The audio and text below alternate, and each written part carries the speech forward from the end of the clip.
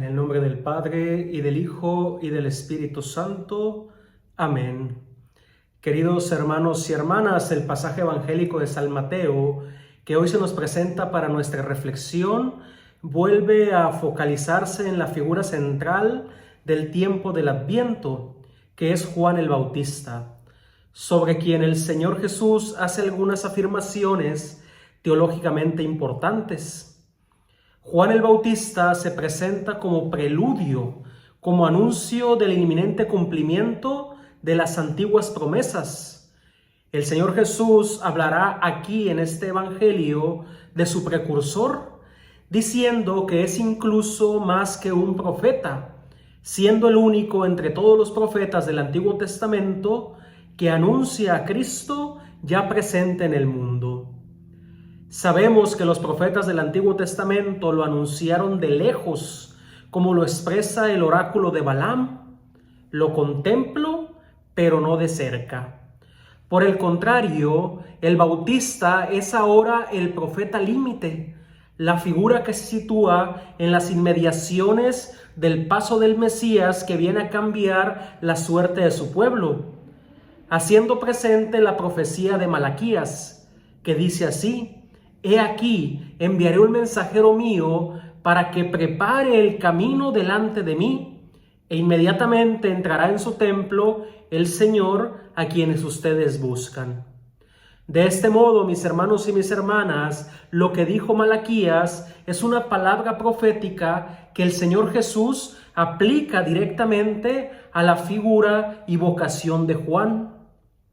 De Juan, por tanto, el Señor Jesús afirma que no hay mayor entre los nacidos de mujer, sino que en el reino de Dios el más pequeño es el mayor que él.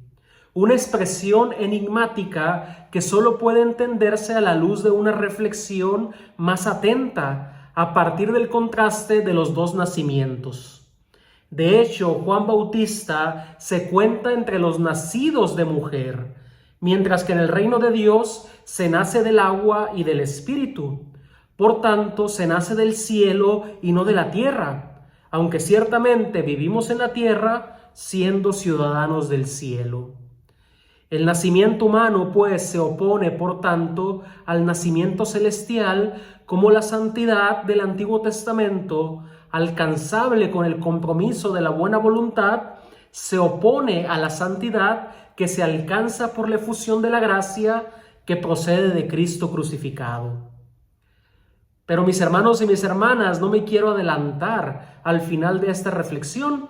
Antes vayamos al texto del Evangelio de hoy y contemplemos que Juan está en la cárcel y envía a algunos de sus discípulos a preguntar al Mesías, a preguntarle al Señor Jesús: ¿eres tú el que ha de venir o debemos esperar a otro? El evangelista no especifica la motivación que incita a Juan a hacer esta pregunta a través de los discípulos. Podemos suponer razonablemente que en la prisión el Bautista pasó por un momento de noche oscura, de dificultad, de falta de fe, en el que por decreto divino posiblemente se le nubló en su conciencia lo que siempre había sido claro para él. Sin embargo, también podemos pensar en otra explicación, es decir, el hecho de que Juan quisiera convencer a sus discípulos de una verdad que él conocía por revelación acerca de la identidad del Señor Jesús. Sabemos por los evangelios que el Bautista había sido muchas veces confundido con el Mesías. Sus discípulos, por tanto, tenían una dificultad mayor que los demás para aceptar a Cristo como el Mesías. Esta dificultad era la veneración, el cariño que sentían por su maestro, por Juan el Bautista.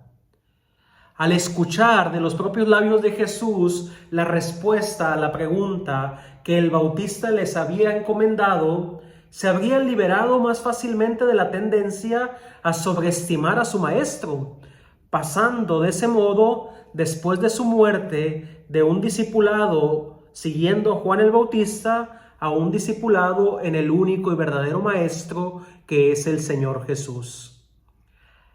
La pregunta, ¿eres tú el que ha de venir o debemos esperar a otro?, parece ser de una naturaleza retórica, pero el Señor Jesús no da una respuesta doctrinal ni se define a sí mismo con alguna afirmación, sino que responde con los hechos. Vayan y hagan saber a Juan lo que escuchan y ven. La identidad del Señor Jesús, debido a su inefable naturaleza divina, no puede ser resumida por ninguna definición científica. El misterio de su identidad está inexorablemente más allá de todas las definiciones, que son insuficientes para describir el infinito o la eternidad. Por eso el Señor Jesús no confía su identidad divina a ninguna definición, sino que deja entrever el misterio a través de los signos mesiánicos. En nuestra vida cristiana no podemos pretender encerrar el misterio de Cristo en una definición, pero solo podemos captar su presencia en las marcas indelebles que suele dejar a su paso. No tenemos otra manera de rastrear la acción de Cristo y estar seguros de su obra en nuestras vidas. Lo que nos da certeza de la obra de Cristo entre nosotros no será tanto una definición o una demostración científica o un concepto, sino la adquisición de un ojo agudo de verlo en los signos, la adquisición de un corazón capaz de verlo en la sencillez de la vida cotidiana. Por eso, mis hermanos y mis hermanas, el pasaje evangélico de hoy enumera los signos mesiánicos de la siguiente manera: la curación de los ciegos, la recuperación de la libertad de movimiento por parte de los cojos, la curación de la lepra, la sordera, la resurrección de los muertos, la predicación del evangelio. Estos signos mesiánicos se realizan constantemente en la vida de la iglesia, porque la presencia del resucitado da continuamente a los creyentes el soplo del Espíritu, que comunica la plenitud de vida. Por tanto, la curación de la vista, del oído, la recuperación de la libertad del movimiento, la caída de la lepra, son y deben de ser experiencias curativas que deben aplicarse sobre todo partiendo del hombre interior. Porque todos aquellos que hemos encontrado verdaderamente a Jesucristo en nuestras vidas, lo hemos experimentado. Y por lo tanto no podemos dudar de Él de ninguna manera, ni de su acción salvadora en nosotros. Por otro lado, continuando con este pasaje del Evangelio, el versículo 8 contiene una pregunta provocadora. Jesús comenzó a hablar de Juan a la multitud. Y entre otras cosas preguntaba: ¿qué fueron a ver al desierto? ¿Un hombre vestido con ropa de lujo? Como recordarán, si vieron toda la reflexión del domingo pasado, dijimos que el bautista tiene un vestido que no se puede encasillar en ninguna clase social ni en ningún rol. Se presenta como un hombre totalmente libre de condicionamientos sociales y de la ambición de poder.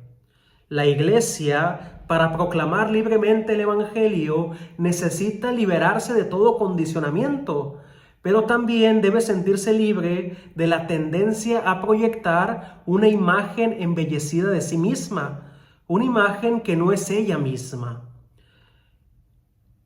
El Cristo histórico, nuestro Señor Jesús en la historia, vivió sin la menor preocupación por el juicio humano. Recordemos, por ejemplo, que acepta que una pecadora moje sus pies con lágrimas en la casa de Simón el fariseo, como podemos encontrar en Lucas capítulo 7. Actúa conforme a la conciencia al transgredir el sábado, sin importar el juicio de los fariseos, siendo capaz de expresar sus pensamientos en el momento oportuno sin miedo. Podemos leerlo en el capítulo 23 de San Mateo.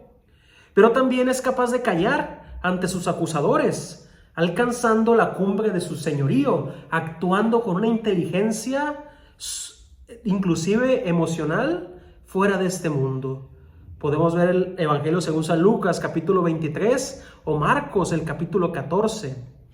Incluso su propia madre, María Santísima, muestra que tiene la misma maravillosa libertad.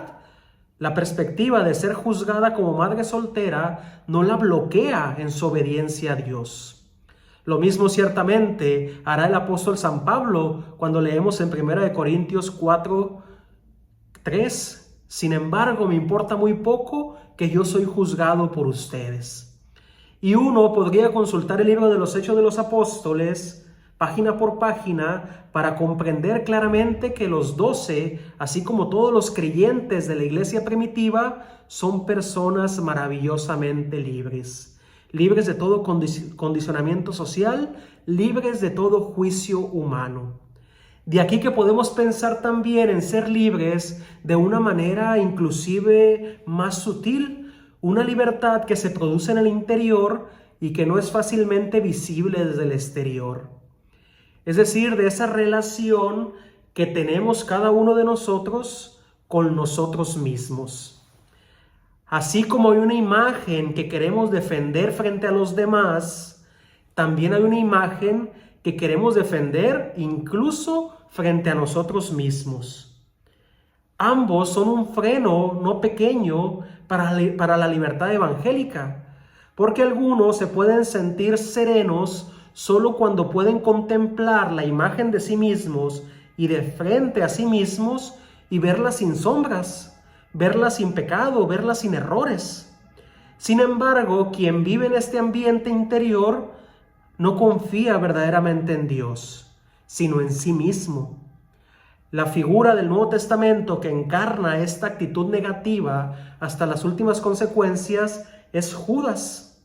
En el momento en que toma conciencia de su estado de culpa, de saber que cometió un error, se juzga a sí mismo, sustituyéndose por Dios, y se suicida, en lugar de arrojarse a los brazos de la misericordia infinita de Dios. Muchas veces también con nosotros pasa lo mismo. Cuando vemos que hemos pecado, que hemos cometido algún error, que tenemos alguna sombra en nuestro interior, nos juzgamos a nosotros mismos de una manera tan radical que sustituimos a Dios por nosotros mismos. Y de esa manera no encontramos misericordia. Ciertamente podemos pensar que Judas habría sido perdonado, como Pedro fue perdonado por sus negaciones. Entonces, mis hermanos y mis hermanas, volviendo un poco más al pasaje del Evangelio de hoy, la vestimenta original del Bautista, que no lo ubica en ninguna categoría ni en ningún rol, indica precisamente su libertad de la necesidad de proyectar una imagen de sí mismo para obtener consenso. El precursor, Juan el Bautista, no conoce la ambición de protagonismo, pero de él emerge una fuerza como un magnetismo que no atrae hacia sí mismo, sino más allá de sí mismo. Es algo de lo que estuvimos comentando en la reflexión del domingo pasado. ¿Por qué? Porque esta atracción de Juan el Bautista es y se convierte hacia aquel que es el legítimo esposo, hacia el Señor Jesús. Y esto es precisamente lo que la iglesia quiere y se pide hacer, que evangelicemos por atracción, pero atrayendo a la gente hacia el Señor Jesús y no hacia nosotros mismos.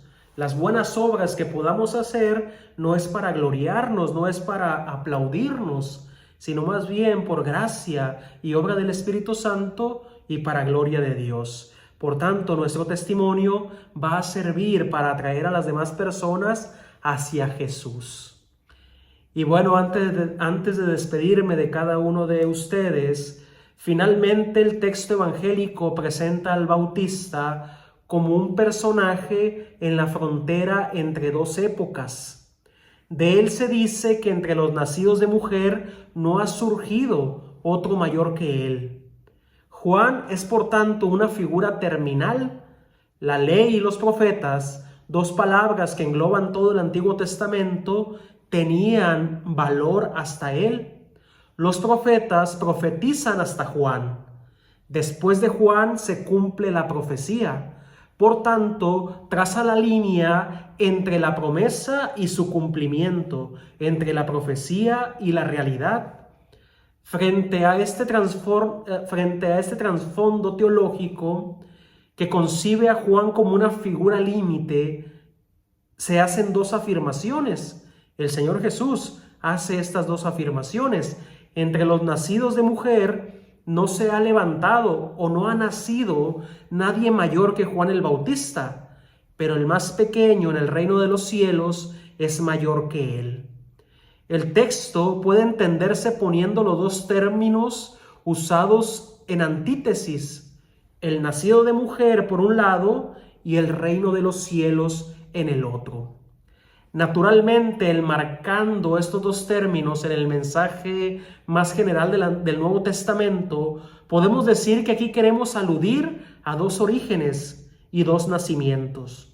Juan se encuentra entre los nacidos de mujer, es decir, aquellos que en ausencia de la gracia deben confiar solo en su propia buena voluntad para ser justos. Este hecho coloca a Juan en la fila de los grandes hombres del Antiguo Testamento. Es el máximo representante de esa justicia humana lograda con las propias fuerzas positivas, es decir, con aquellos recursos que tiene como dote la naturaleza humana, por haber nacido de mujer.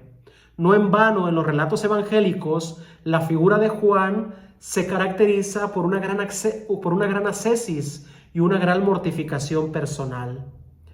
En el reino de los cielos, y tomemos nota, en cambio, no se nace de mujer, sino que se nace del agua y del Espíritu, por lo que el resultado de este nacimiento es proporcional a su origen. Y como lo que nace de una mujer es proporcionado al humano, así lo que nace del Espíritu es proporcionado a lo divino. En el reino de los cielos, donde se renace por el agua y el Espíritu, no se reviste de justicia humana, sino de la misma santidad de Cristo. Por eso, el grado más pequeño de santidad imaginable siempre es superior a cualquier justicia lograda con el compromiso de la propia ascesis personal. Por eso el Bautista, considerado en su orden como el último profeta del Antiguo Testamento mientras vive en la tierra, es el más grande de los justos del pasado, pero el más pequeño de los santos del futuro. No se trata de un razonamiento rabínico, pero es clara la distinción que hace Cristo entre la santidad alcanzable por la ascesis, por el dominio humano centrado en la voluntad y en las propias fuerzas, y la santidad que procede de haber abierto el corazón a la gracia de Cristo. Esta es la distancia irreductible entre las dos alianzas, entre los dos modos de servir a Dios en el orden antiguo y en el renovado en la alianza de la sangre de Cristo.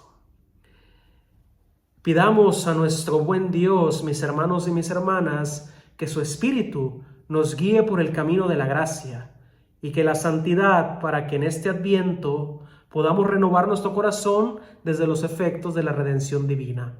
Que no caigamos en la tentación de creer que por nosotros mismos alcanzamos la salvación, sino más bien reconocer que nos viene como un regalo de Dios y del cual podemos aceptar con mucho amor y con mucho agradecimiento.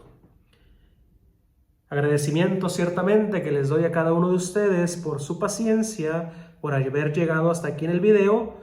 Y no se olviden de compartir, de darle like, de darle me gusta al canal y también de darle me gusta al video. Dios les bendiga y hasta la próxima.